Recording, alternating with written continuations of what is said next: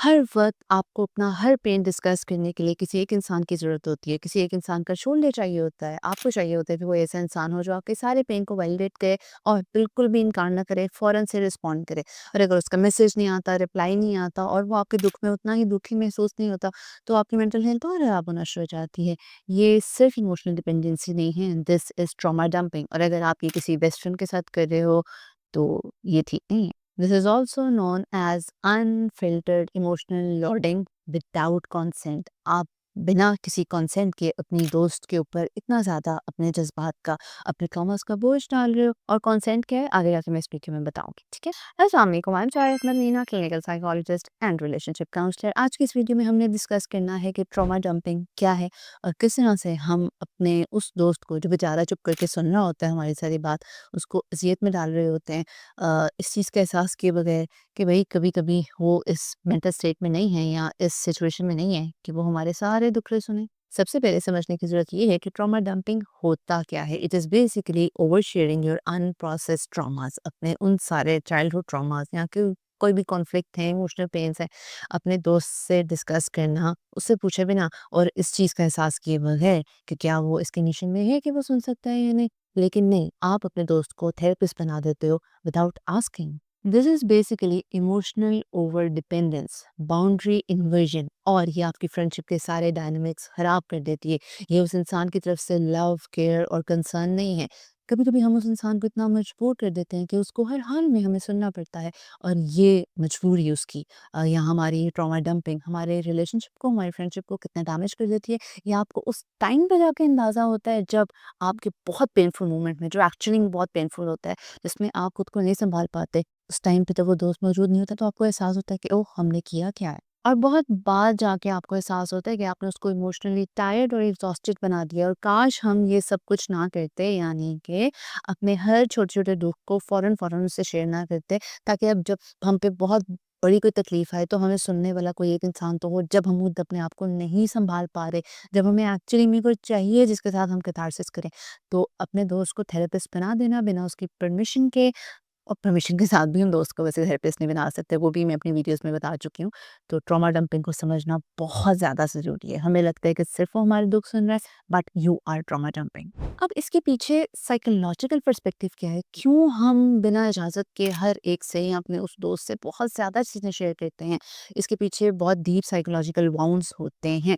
सबसे पहला होता है इमोशनल स्टारवेशन। बचपन से हमें कोई सुनने वाला ही नहीं मिलता, इवन कि हमारे पेरेंट्स भी हमें नहीं सुनते। और जब हम उनसे कुछ ना कुछ शेयर करते हैं, तो हमें बताया जाता है ये तो कोई बात ही नहीं है, या फिर पेरेंट्स तो अपने ही इतने ज़्यादा कॉन्फ्लिक्ट से गुजर रहे होते हैं, वो समझते ही नहीं कि हमारी क्या पेन्स हैं, हमारे क्या इमोशनल ट्रॉमास हैं, वो उनको वैलिडेट ही नहीं करते। और उस इमोशनल स्टारवेशन की वजह से हमें जब मौका मिलता है, कोई ऐसा इंसान मिलता है, तो हम सारा अपने इमोशंस का लोड, ट्रॉमास का लोड उस पर डाल देते हैं, और फिर हम चाहते हैं वो लोड वो हर वक्त उठाए। एक और रीज़न होता है fear of losing that friend, या फियर ऑफ रिजेक्शन, या इस तरह का कि अगर हमने उस दोस्त को अपने साथ बहुत ज़्यादा कनेक्टेड ना रखा, कि हाँ, वो दोस्त जब तक हमारी ज़िंदगी के हर पहलू के बारे में नहीं जानेगा, तो कहीं हम उस फ्रेंड को लूज़ ना कर दें, या फिर उस फ्रेंड के दिल से ये एहसास खत्म ना हो जाए कि हम उसे अपना बेस्ट फ्रेंड समझते हैं।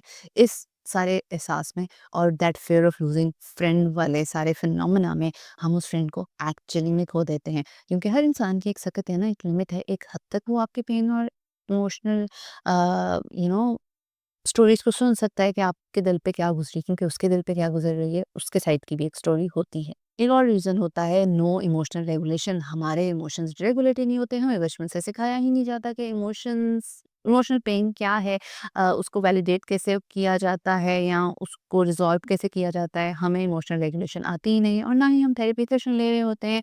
तो इस हमारे इमोशंस का रेगुलेट ना होना किस तरह से हमारे दोस्त को इमोशनली बर्नआउट की तरफ लेके चला जाता है, हमें एहसास नहीं होता। अब ये ट्रॉमा डंपिंग आपकी दोस्ती को डिस्ट्रॉय कैसे करती है? ट्रॉमा डंपिंग आहिस्ता-आहिस्ता आपकी दोस्ती में इम्बैलेंस क्रिएट करती है। कैसे? एक सिर्फ बताई जा रहा है, बताई जा रहा है, बताई जा रहा है। एक सिर्फ अपने दुखों का पलड़ा हल्का करी जा रहा है, और दूसरा सिर्फ सुन रहा है, सिर्फ एब्ज़ॉर्ब कर रहा है, सिर्फ एडवाइसेस दे रहा है, तो इम्बैलेंस तो क्रिएट हो गया। एक टाइम आएगा कि आपका वो जो लिसनर है वो गिल्ट और इमोशनल बर्नआउट की तरफ जाएगा, वो एग्ज़ॉस्ट हो जाएगा, उसकी हिम्मत खत्म हो जाएगी कि अब वो आपको नहीं सुन सकता। आहिस्ता-आहिस्ता रिप्लाइज़ लेट आना शुरू हो जाते हैं, उसके एडवाइसेज़ कम हो जाते हैं, वो अपनी जान छुड़वाना शुरू कर देता है। लेकिन हमें लगता है हमारे क्योंकि पैटर्न इतने ज़्यादा उस तरह से मज़बूत हो गए होते हैं, पैटर्न्स इतने ज़्यादा स्ट्रॉन्ग हो चुके होते हैं, स्ट्रेंथन हुए होते हैं कि हम वहीं पे रुकते नहीं हैं। तो एक्चुअली में पॉइंट वो है जहाँ पे आपकी दोस्ती खराब होना शुरू हो जाती है कि जब वो इमोशनल स्पेस क्रिएट करने की कोशिश कर रहा है, अपने रिस्पॉन्स को डिले कर रहा है, आपने वहाँ पे नहीं समझा और आप वो लोड और बढ़ाते जा रहे हो और उसकी फ्रीक्वेंसी कम नहीं कर रहे। सो अगर आप इमोशनली ओवरलोडेड हैं तो आपको इमोशनल ओवरलोड खत्म करने के लिए दोस्त की नहीं एक थेरेपिस्ट की ज़रूरत है। दोस्ती एक ऐसा रिश्ता नहीं है कि जिसमें सिर्फ हम गम बांटें। उस इंसान को भी एक ऐसा दोस्त चाहिए जिसके साथ वो खुशी महसूस कर सके। क्या होता है कभी हम बहुत ज़्यादा इमोशनली टायर्ड फील कर रहे होते हैं, कोई बैड मोमेंट्स चल रहे होते हैं या लेट्स सपोज़ ज़्यादा छुट्टियाँ ही आ जाएँ तो आप घर पे रह के टायर्ड फील करना शुरू हो जाते हैं। तो आपको कुछ अच्छे मोमेंट्स के लिए एक ऐसा इंसान चाहिए होता है कि वो जब आपके साथ हो तो आप खुशी महसूस करो। अब ट्रॉमा डंपिंग से ये भी होता है कि आप जब उसके साथ अपनी चीज़ें शेयर करते हो, जब आप मिलते हो तो वही सारी एनर्जीज़ वापस आ जाती हैं और आप कोई खुशी का मोमेंट क्रिएट ही नहीं कर पाते क्योंकि आप भी एक्सपेक्ट कर रहे होते हैं कि वो आपसे आपको उन्हीं दुखों के लिए कंसोल करे और वो भी यही समझ रहा होता है कि शायद आज भी आप उससे अपनी सिर्फ ट्रॉमास ही शेयर करोगे और फिर इसमें मिलने मिलाने में भी काफ़ी ज़्यादा चेंजेस आ जाते हैं और हमें समझ नहीं आ रही होती। तो अपने इमोशंस को प्रोसेस करना सीखें, अपने ट्रॉमास को अ, नाम देना सीखें, अपने दुखों को खुद आइडेंटिफ़ाई करना सीखें और उनको प्रोसेस करने के लिए प्रोफ़ेशनल की तरफ जाएँ। हमारे कोई भी दोस्त होते हैं, लेट्स सपोज़ आप अगर कोई आपका दोस्त डिज़ाइनर ही है, कुक ही है, आप कब तक उससे फ्री कपड़े माँगते रहेंगे? आप कब तक उसे कहेंगे मुझे फ्री फूड दे दो?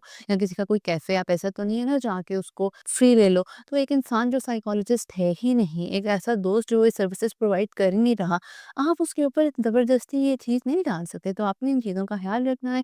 If you feel like that you have been doing this for quite long, you can just stop. You can communicate with your friend कि अच्छा मैं ये कर चुका हूँ और अब मुझे इस चीज़ का एहसास हो गया, let's just discontinue this part of the relationship और हम अपनी सिर्फ दोस्ती चलाएंगे या फिर कम्युनिकेट किए बगैर भी आप आहिस्ता आहिस्ता अपने ट्रॉमास डिस्कस करने से स्टेप बैक कर सकते हो। So I hope so this video was helpful और आपका वो दोस्त जिसके साथ आप ट्रॉमा डंपिंग करते रहे हो और बेचारा अजियत में रहा है और जब उसे पता लगेगा कि मेरी वीडियो सुनने के बाद आपने उस ट्रॉमा डंपिंग को स्टॉप कर दिया तो वो उसकी तरफ से जो थैंक यू है वो मैंने पहले ही नहीं लिया है।